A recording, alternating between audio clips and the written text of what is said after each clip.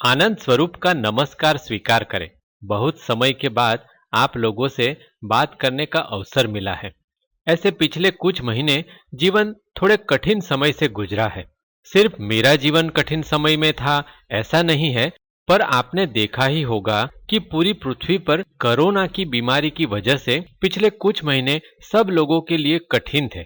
बहुत से घरों में मृत्यु हुई है। मेरी अपनी बात करूं तो अप्रैल महीने के आखिरी 15 दिनों में मेरे सास ससुर, मेरी माता और मित्रों को मिलाकर कुल 12 जनों की मृत्यु देखी। उसमें कुछ मित्र तो ऐसे थे कि जिनकी अभी अभी शादी हुई थी, तो किसी के 3 साल के बच्चे हैं तो किसी के 5 साल के। और ये ही समय के दौरान मेरे वीडियो देखने वाले बहुत सारे दूसरे मित्रों ने भी मुझे मैसेज किए कि उनके घरों में भी इसी प्रकार से किसी न किसी की मृत्यु हुई है। अब सबका ये ही प्रश्न है कि ऐसा क्यों हुआ? मरने वाले व्यक्ति की क्या गलती थी कि उनको ये सब सहन करना पड़ा? क्या हम मरे हुए व्यक्ति को अब कोई सहायता कर सकते हैं? किसी भी व्यक्ति के मरने के बाद की जाने वाली विधियां करनी चाहिए, और ये सब दुख में से हम कैसे बाहर आ सकते हैं? तो श्रृंखला के ये 28 नंबर के वीडियो में हम ये ही देखेंगे कि मृत्यु के समय हमें क्या करना चाहिए। ये श्रृंखला के 26 नंबर के वीडियो में हमने देखा था कि आनंदमय जीवन जीने के लिए क्या करें। पर हम कितने ही आनंद में जीवन जिए या दुख में जीवन जिए, मृत्यु तो आने ही वाली है। तो हमें मृत्यु को भी समझना पड़ेगा। और जैसे मैंने 26 नंबर के वीडियो में बताया था कि हम प्रसन्नता पूर्वक मृत्यु को गले लगा सकते हैं, तो वह सब किस प्रकार करना है वह हम ये वीडियो में देखेंगे। ऐसे पिछले 6 महीनों से परम ऊर्जा की तरफ से ये आदेश था कि ये विषय पे बोलना है, पर मैं ये विषय पर बोलना नहीं चाहता था, क्योंकि मैं ये भी देख सकता हूँ कि ये विषय को बहुत गलत समझा जाता रहा है। पर फिर भी ये विषय पर बोलना पड़ रहा है, क्योंकि परम ऊर्जा चाहती है कि ये सब बातें लोगों तक पहुंचाई जाए, इसलिए ये विषय पर बोल रहा हूँ। पर आप सबसे विनती है कि ये विषय को भावना और समाज की दृष्टि से ना देखकर परमात्मा की दृष्टि से देखने की कोशिश करना। तो पहली बात आती है कि ये कोरोना जैसी परिस्थिति क्यों होती है। सीधे शब्दों में कहूं तो ये परिस्थिति मनुष्य के डर की वजह से आती है, और ऐसा नहीं है कि ये कोई पहली बार हुआ है। इसी तरह से समय समय पर बहुत बड़े पैमाने पर मृत्यु होती ही रही है। डर की वजह से मनुष्य ऐसी चीजें या परिस्थिति बनाता है जिससे बहुत बड़े पैमाने पर मनुष्य जाति का ही नुकसान होता है। जैसे हम जानते हैं कि ऊर्जा ये सृष्टि को बनाती भी है और नष्ट भी करती है, तो ये ऊर्जा का नष्ट करने वाला स्वरूप है। जब ऊर्जा बड़े पैमाने पर विनाश करती है तो हम उसे शिव तांडव कहते हैं। शिव यानी विनाश करने की शक्ति अब बहुत बड़े पैमाने पर विनाश यानी तांडव कर रही है। अगर हम परमात्मा यानी परम ऊर्जा को सही तरीके से समझे तो हमें ये सबसे डरने की कोई जरूरत नहीं है। हमें डर इसलिए लगता है क्योंकि हम अभी मृत्यु को समझ नहीं पाए, और जब ये शरीर की मृत्यु होती है तो हम समझते हैं कि सब कुछ खत्म हो गया, इसलिए डर भी लगता है और दुख भी होता है। तो अगर मृत्यु को समझेंगे तो ना डर रहेगा ना दुख रहेगा। अगर अभी आप शरीर को ही सब कुछ समझ रहे हो तो डर भी बहुत लगेगा और दुख भी बहुत होगा। तो आप सबसे विनती है कि ध्यान करें और समझ को बढ़ाकर मृत्यु को समझे। अब दूसरा प्रश्न आता है कि मरने वाले की क्या गलती थी।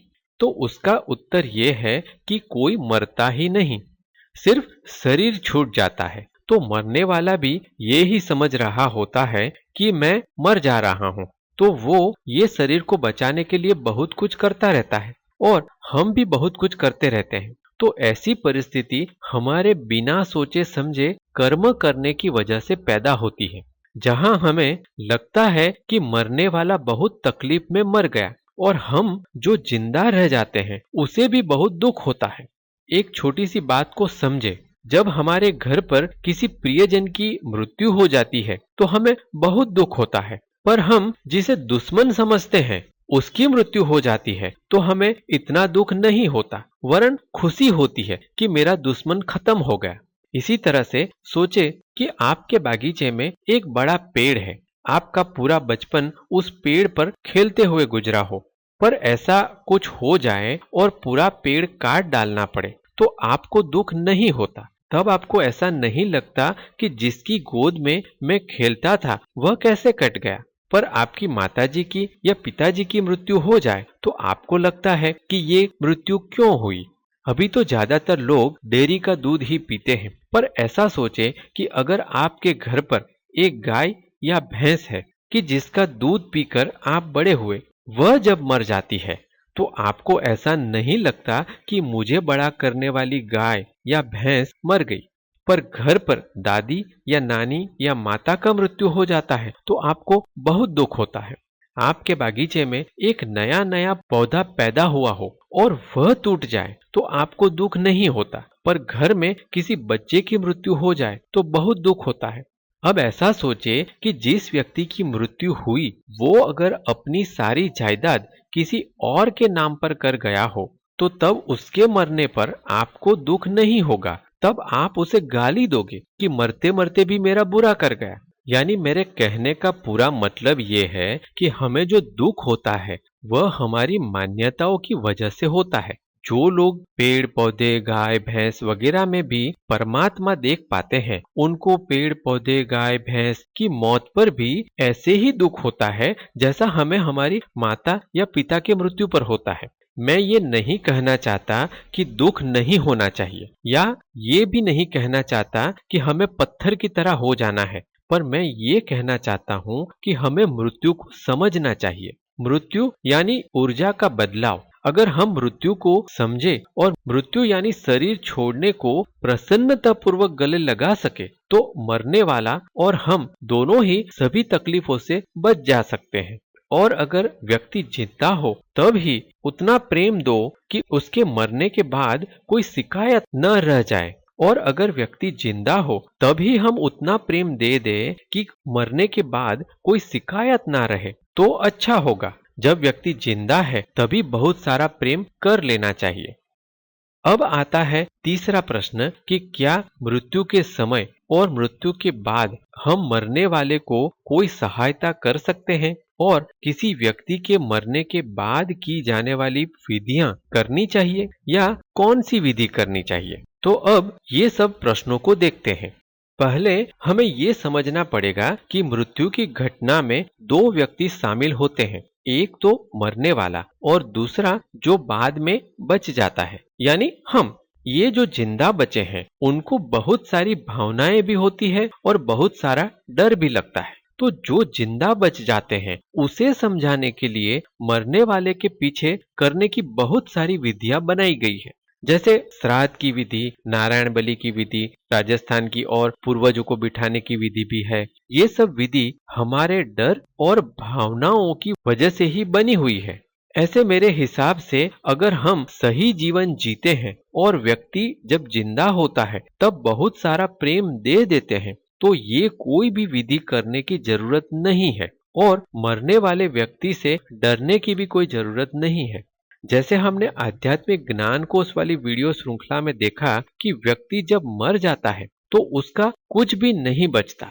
जो व्यक्ति मर गया उसका अब कोई अस्तित्व ही नहीं होता, पर जो ऊर्जा से वह व्यक्ति का शरीर जिंदा था वह ऊर्जा बची रहती है। वह ऊर्जा शरीर छोड़ने के बाद भी गलती से मैं शरीर हूं ऐसा ही मानती रहती है और कुछ दिनों तक हमारे आसपास ही रहती है। तो उस ऊर्जा को समझाने की जरूरत पड़ती है। मरने वाले व्यक्ति के शरीर को जिंदा करने वाली ऊर्जा को समझाने के लिए सबसे उपयोगी विधि जो है वो तिब्बतियन बुद्धिज्म की बारदो थोडल की विधि है। बारदो थोडल को समझना और लागू करना बहुत जरूरी है। बारदो थोडल में दो भाग हैं। एक भाग मरने वाले व्यक्ति को खुद को, यानी वह जब जिंदा होता है तब करना होता है, यानी जब हम जिंदा है तब करने की विधि है।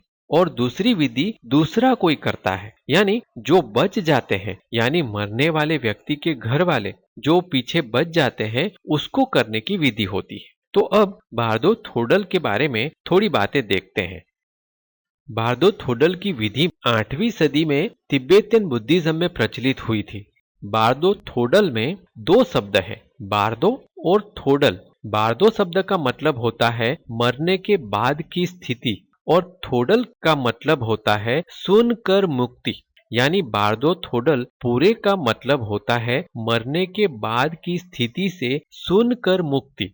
जैसे हमने आध्यात्मिक ज्ञान कोश वाली वीडियो श्रृंखला में देखा कि जो शरीर मर जाता है उसका कुछ नहीं बचता, पर जो ऊर्जा से वह शरीर जिंदा हुआ था, वह ऊर्जा जो कि परमात्मा या परम ऊर्जा का ही अंश है, वह गलती से शरीर से हुए अनुभव यानी जीव को पकड़े रहती है। तो वह परम ऊर्जा के अंश को समझाना पड़ता है कि ये जो शरीर की यादें तूने पकड़ रखी है उसे पकड़ने की कोई जरूरत नहीं है।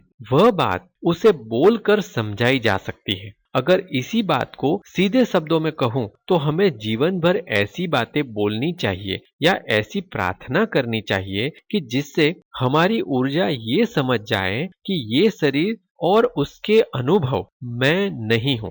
यानी ये शरीर से अलग भी मेरा अस्तित्व है और किसी व्यक्ति के मरने के बाद भी जो लोग जिंदा है वह भी ये सब बोलकर उस शरीर छोड़ने वाली ऊर्जा को समझाने की कोशिश कर सकते हैं कि ये जो अनुभव थे वह तेरा होना नहीं है। बार्दो थोडल में 6 ऐसे समय बताए हैं जब व्यक्ति की ऊर्जा को बोलकर समझाया जा सकता है। पहला है जब बच्चा मां के गर्भ में होता है। दूसरा है जब स्वप्न की स्थिति में हो। तीसरा है जब ध्यान से आनंद की स्थिति में हो। चौथा है आखिरी मृत्यु की स्थिति में हो। पांचवा है मृत्यु होने के तुरंत बाद की स्थिति में हो। और छठा है दूसरा जन्म लेने के लिए गर्भ की तलाश कर रहा हो। ये 6 समय पर ऊर्जा को बोलकर समझाया जा सकता है कि तेरा स्वरूप ऊर्जा स्वरूप है और शरीर से होने वाले अनुभव तेरा होना नहीं है। ये सब समय में से 1, 4, 5 और 6 नंबर की विधि कोई दूसरा करता है और 2 और 3 नंबर की विधि व्यक्ति खुद कर सकता है। तो अब हम ये देखें कि बार्दो थोडल में क्या, कब और कैसे करना और बोलना है। ऐसे ये 6 समय में से छठे नंबर पर जो समय है वह मेरी दृष्टि से पहले आना चाहिए, क्योंकि सबसे पहले ऊर्जा शरीर पसंद करती है, बाद में शरीर बनकर पैदा होती है। पर जिन्होंने ये विधि के बारे में लिखा है उन्होंने उसे छठे नंबर पर रखा है, तो हम भी उसे उसी क्रम में देखेंगे। तो पहला आता है जब बच्चा मां के गर्भ में हो। जैसा हमने आध्यात्मिक ज्ञान कोश वाली वीडियो श्रृंखला में देखा कि जब एक बच्चा पैदा होने वाला होता है तब बच्चे का शरीर मां के गर्भ में विकसित होता है और बाद में उस पर ऊर्जा उतरती है, यानी बच्चा जिंदा होता है। तो जब बच्चा मां के गर्भ में ही है और ऊर्जा उससे जुड़ गई है, ऐसे वक्त अगर मां या कोई और व्यक्ति भावना करके कुछ बोले तो वह बच्चे की ऊर्जा सुन और समझ सकती है। यानी पहले मां को खुद को समझना चाहिए कि जीवन ऊर्जा और जीवन के अनुभव वह दो अलग अलग बातें हैं और उसे अपने गर्भ में पल रहे बच्चे को भी समझाना चाहिए।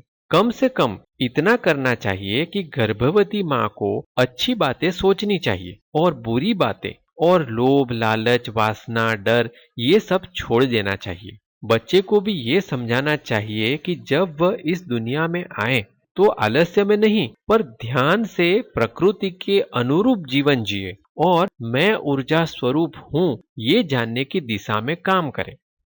दूसरा समय आता है जब स्वप्न की स्थिति में हो। अब ये दूसरे समय की विधि व्यक्ति खुद कर सकता है। ऐसे स्वप्न की स्थिति वह स्थिति है जहां हम अपनी दबी हुई वासनाओं में जीते हैं। तो स्वप्न की स्थिति में समझना यानी हमें जीवन ऐसे जीना है जहां हमारी इच्छाएं और भावनाएं दबी ना रह जाएं।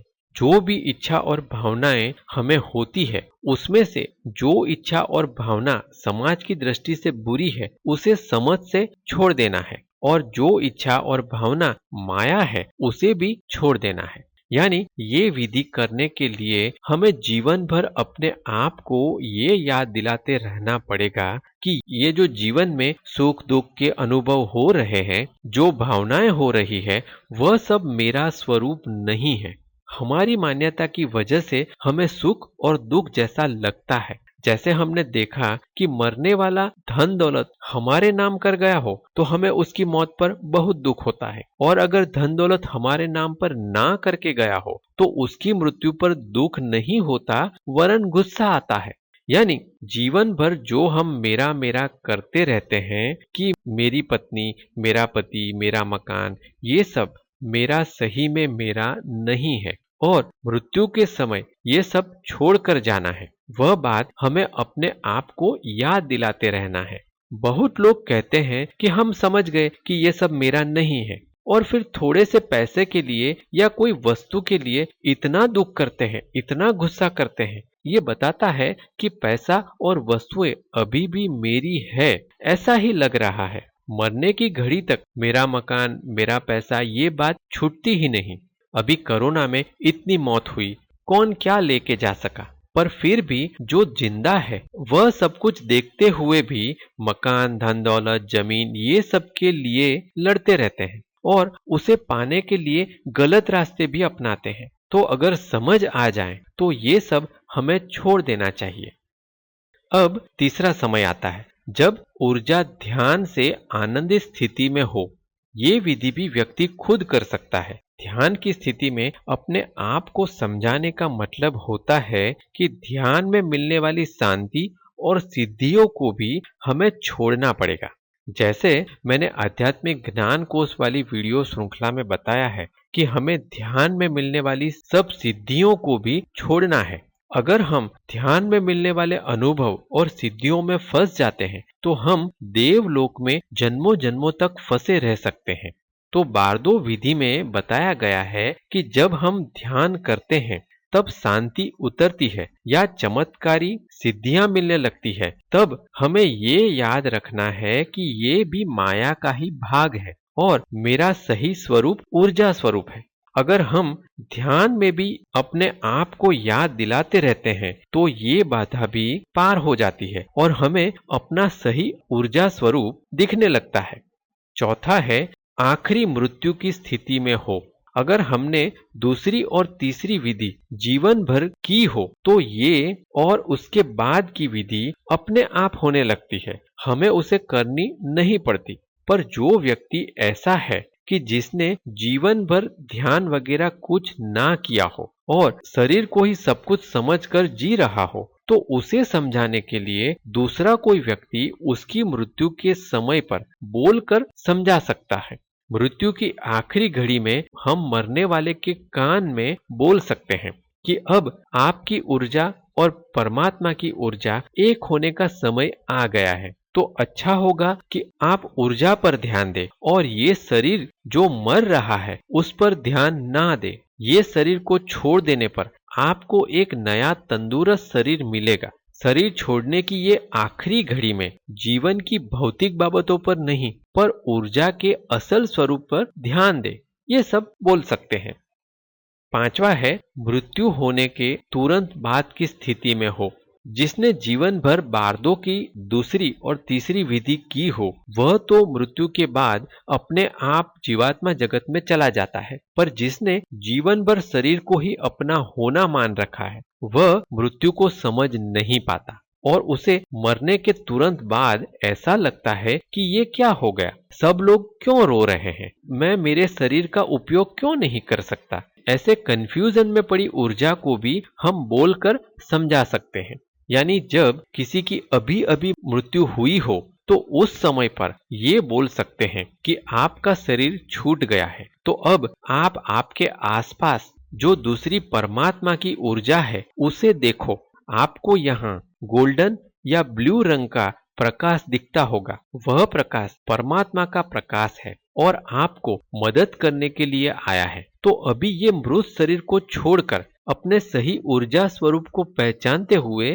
परमात्मा की ऊर्जा के साथ एक हो जाओ। ये सब बोल सकते हैं। याद रखना कि अभी अभी मरा हुआ व्यक्ति थोड़े समय तक आपकी बातें सुन सकता है और आपके मन के विचार भी समझ सकता है। तो जब कोई मर जाता है तो उसकी प्रॉपर्टी की चिंता छोड़कर हमें उसे प्रेम दिखाना चाहिए। ज्यादातर लोग मरे हुए व्यक्ति के पीछे उसकी प्रॉपर्टी कौन लेगा वही सब विचार करते रहते हैं। अब अगर मरने वाला व्यक्ति बहुत जोर से अपने शरीर होने को पकड़कर बैठा था, तो वो आपके विचार जानकर आपके लिए बुरा कर सकता है। इसलिए हमें कभी भी दूसरों की प्रॉपर्टी ये सब धोखे से ले लेना नहीं चाहिए या उसके बारे में सोचना भी नहीं चाहिए।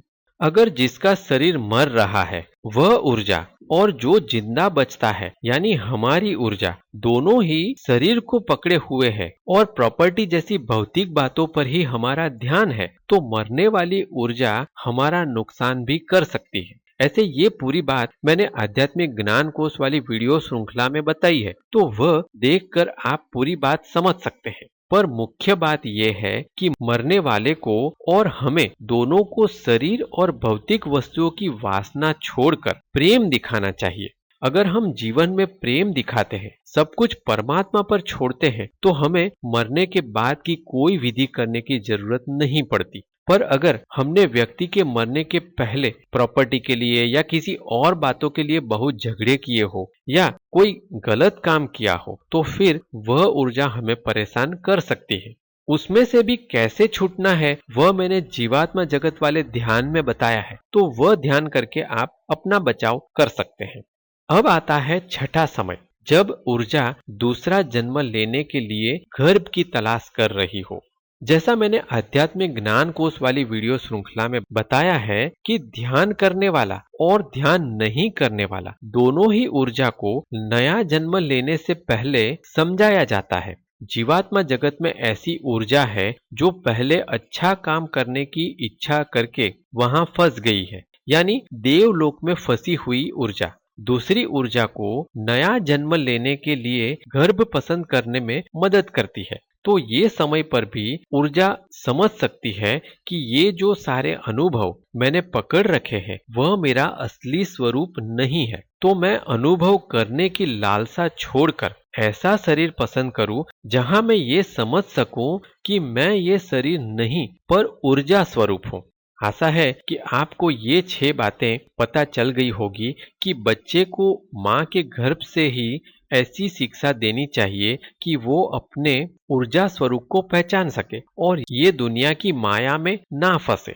जन्म लेने के बाद जब बच्चा बड़ा होता है और अपना जीवन जीता है, तब भी उसे दुनिया की माया की लालच में नहीं पड़ना चाहिए, पर उसे अपना सही ऊर्जा स्वरूप पहचानने के लिए ध्यान साधना करनी चाहिए। बाद में ध्यान साधना करते हुए भी जो आध्यात्मिक सिद्धियां मिले उसे भी माया समझकर छोड़ते जाना चाहिए। पूरा जीवन इस तरह से जीने से मोक्ष प्राप्त हो जाता है, यानी हम आसानी से शरीर को छोड़कर परमात्मा में एक हो जा सकते हैं। यानी कुल बात यह है कि हमें पूरा जीवन ऐसे जीना चाहिए कि हम शरीर छोड़ने की घड़ी तक ये समझ पाए कि ये मेरी मृत्यु नहीं पर सिर्फ शरीर छोड़ना है। जब हम ये समझ लेंगे तो जितनी आसानी से हम कपड़े बदलते हैं उतनी ही आसानी से शरीर छोड़ सकेंगे। उसके लिए हमें पूरे जीवन भर भौतिक वस्तुओं की लालसा को छोड़ते जाना पड़ेगा और परमात्मा से प्रार्थना करते रहना पड़ेगा। परमात्मा से प्रार्थना की बात आई तो मुझे मेरे एक मित्र है यदुवीर जी, उन्होंने अनायासेन मरणम वाली प्रार्थना की याद दिलाई थी। वह बात याद आ गई तो मैंने वह भी इसमें शामिल कर लिया है। आज से करीब 300 वर्ष पहले दक्षिण भारत के एक संत ने ये प्रार्थना बताई थी। ऐसे तो ये प्रार्थना के बारे में बहुत सी बातें प्रचलित है और प्रार्थना के शब्द भी अलग अलग मौजूद है, पर जैसे आप जानते ही है कि मैं वही बोलता हूँ जो मुझे ध्यान में परमात्मा से मिलता है, तो मुझे परमात्मा से ये ही आदेश मिला कि ये ही शब्दों पर बोलो, तो मैंने वही शब्दों को पसंद किया है और उस पर ही बोल रहा हूँ। प्रार्थना के शब्द इस प्रकार है, अनायासेन मरणम विना देनियम जीवनम देहांते तव सानिध्यम देही में परमेश्वर। अब ये 4 पंक्ति का मतलब भी वही होता है जो हमने बारदो थोडल में देखा। पहली पंक्ति है अनायासेन मरणम, यानी हमें परमात्मा से ये प्रार्थना करनी चाहिए कि हमें आसान मृत्यु मिले। जैसे बहुत लोगों की मृत्यु ऐसे होती है कि अभी बैठे थे, बात कर रहे थे और अभी नहीं रहे। बहुत लोगों की मृत्यु ऐसे होती है कि रात को सो गए तो सुबह उठे ही नहीं। तो ऐसी अनायास मृत्यु, सरल मृत्यु हो, ऐसा हमें पसंद करना चाहिए। मृत्यु तो होनी ही है, तो दुख से हो उससे अच्छा है कि आसानी से हो। दूसरी पंक्ति कहती है विना दयनीयन जीवनम, यानी हमें दयनीय स्थिति में जीवन जीना ना पड़े पर एक स्वस्थ जीवन हो। बहुत लोगों को आपने देखा होगा कि बरसों तक अस्पताल के बेड पर, वेंटिलेटर पर जीवित रहते हैं, सिर्फ मशीन के जरिए सांस चलती रहती है और देखने वाले सभी ये सोचते हैं कि परमात्मा इनको छुटकारा दे दे तो अच्छा है। अब ऐसी स्थिति इसलिए होती है क्योंकि वह व्यक्ति ने शरीर को बहुत जोर से पकड़ा हुआ है, उसकी ऊर्जा शरीर को छोड़ नहीं रही। अगर व्यक्ति समझ जाए कि ये शरीर मात्र एक जरिया है तो उसे छोड़ना आसान हो जाता है। पर जो व्यक्ति पूरी जिंदगी जिद में जीता है, जो पूरी जिंदगी भौतिक वस्तु जैसे पैसा, मकान, पति या पत्नी उसी में उलझा रहता है, वह शरीर को बहुत जोर से पकड़े रहता है। तो हमें याद रखना है कि हमें ये भौतिक वस्तुओं को और शरीर को पकड़कर नहीं रखना और परमात्मा से प्रार्थना भी करनी है कि मुझे दयनीय नहीं पर स्वस्थ जीवन दे। तीसरी पंक्ति कहती है कि देहांते तव सानिध्यम, यानी जब देह का अंत आने का समय आए, यानी मृत्यु का समय आए, तो तेरा सानिध्य यानी सहकार मिले। अब यहाँ तेरा सानिध्य मिले का मतलब होता है कि परमात्मा का सानिध्य मिले। परमात्मा का सानिध्य मतलब परमात्मा की ऊर्जा से जो भी जीवित है वह सबका सानिध्य मिले, सबका सहकार मिले। बहुत बार ऐसा होता है कि कोई अपने आप को इतना अकेला कर लेता है कि जब उसकी मृत्यु हो जाती है तो किसी को पता भी नहीं चलता। थोड़े दिनों बाद जब शरीर से दुर्गंध निकलने लगती है तो सब लोगों को पता चलता है। ऐसा हमारे साथ ना हो, ऐसी हमें परमात्मा से प्रार्थना करनी है। यानी हमारे मृत्यु के समय हमें प्रेम करने वाला कोई हमारे पास हो, ऐसी प्रार्थना करनी है। याद रखना कि मरने के समय हमारे पास कोई प्रेम करने वाला तभी हो सकता है जब हमने जीवन भर लोगों को प्रेम दिया हो। अगर हम जीवन भर हिसाब ही करते रहे, एक एक पैसे गिनते रहे या हमारी धन दौलत और सिद्धियों पर घमंड करते रहे तो मरने के समय हम अकेले ही हो जाएंगे। अगर हम जीवन भर लोगों को प्रेम देंगे तो मरने के समय हमें भी प्रेम मिलेगा, परमात्मा वह देगा, यानी परमात्मा का सानिध्य मिलेगा। आखिरी पंक्ति कहती है देही में परमेश्वर। देही यानी देह के अंदर जो ऊर्जा है वह, या आत्मा ही परमात्मा है, ऐसा मैं जान सकूं। मैं ये देह नहीं पर देह के अंदर रहने वाला देही हूं और मैं ही परमेश्वर यानी परमात्मा हूं, वह मैं समझ सकूं, ऐसी मुझे समझ दे। पूरी प्रार्थना और बारदो थोडल दोनों का अर्थ ये है कि हमें मृत्यु को ध्यान में रखकर मृत्यु की भी तैयारी करनी चाहिए। ज्यादातर लोग ऐसे जीते हैं कि जैसे मृत्यु है ही नहीं। हम जितनी जल्दी मृत्यु को समझ ले, उसके लिए तैयारी कर ले, उतनी ही आसानी और आनंद से हम जीवन को जी सकेंगे। मृत्यु को समझने के लिए भगवान शिव ने विज्ञान भैरव तंत्र में 28 और 29 नंबर की धारणा दी है और ओशो ने भी तथाता ध्यान दिया हुआ है। उसमें हमें ध्यान करके ये महसूस करना है कि मेरा शरीर मर रहा है। अब बहुत लोगों के लिए ये ध्यान भी एक विधि मात्र बन गया है। मैं ऐसे बहुत लोगों को जानता हूं कि जो कई वर्षों से तथाता ध्यान करते हैं। अपने शरीर को मरा हुआ देखना, शरीर चिता पर जल रहा है वह देखना, ये सब विधि कर रहे हैं। पर जब घर में कोई मृत्यु होती है तो महीनों तक किसी से बात नहीं करते और रोते ही रहते हैं। कोरोना के समय पर भी इतना डर गए थे कि फोन पर भी बात नहीं करते थे। यानी आपने अब तक ये जो शरीर के जलने का ध्यान किया वह आपके लिए सिर्फ एक प्रोसीजर बन गया था, आप बिल्कुल समझे ही नहीं। अगर आपने सही में अपने शरीर को मरते हुए और चिता पर जलते हुए महसूस किया हो तो आपकी समझ इतनी बढ़नी चाहिए कि मृत्यु एक वास्तविकता है। हमारे सब पर मृत्यु आएगी ही। अगर हमारे प्रियजन की मृत्यु हुई है तो वह होना ही था। हाँ, दुख जरूर होता है, पर जितनी जल्दी हो सके हमें अपने आप को समझा लेना चाहिए कि मृत्यु तो होनी ही थी। अब उसे स्वीकार करके मैं आगे का जीवन देखूं। जो जिंदा है उन्हें बहुत सारा प्रेम दो। आशा है कि आप बात को समझ गए होंगे कि हमें ऐसे प्रेम से जीवन जीना चाहिए कि मृत्यु पर कोई शिकायत ना रहे और हम अपने ऊर्जा स्वरूप को पहचान सके। तो अब हम परमात्मा को प्रार्थना करके वीडियो को खत्म करेंगे। ओम ओम ओम। हे परम ऊर्जा, मुझे ऐसी सद्बुद्धि दे कि मैं ये शरीर की वासना को छोड़कर प्रेम और आनंदमय जीवन जी सकूं। हे परम ऊर्जा, मेरा जीवन और शरीर का मृत्यु दोनों ही आसान कर मैं जीवन का आनंद ले सकूं और मृत्यु के समय आसानी से शरीर को छोड़कर तेरी ऊर्जा के साथ एक हो जा सकूं, ऐसा होने दे। ओम शांति शांति शांति।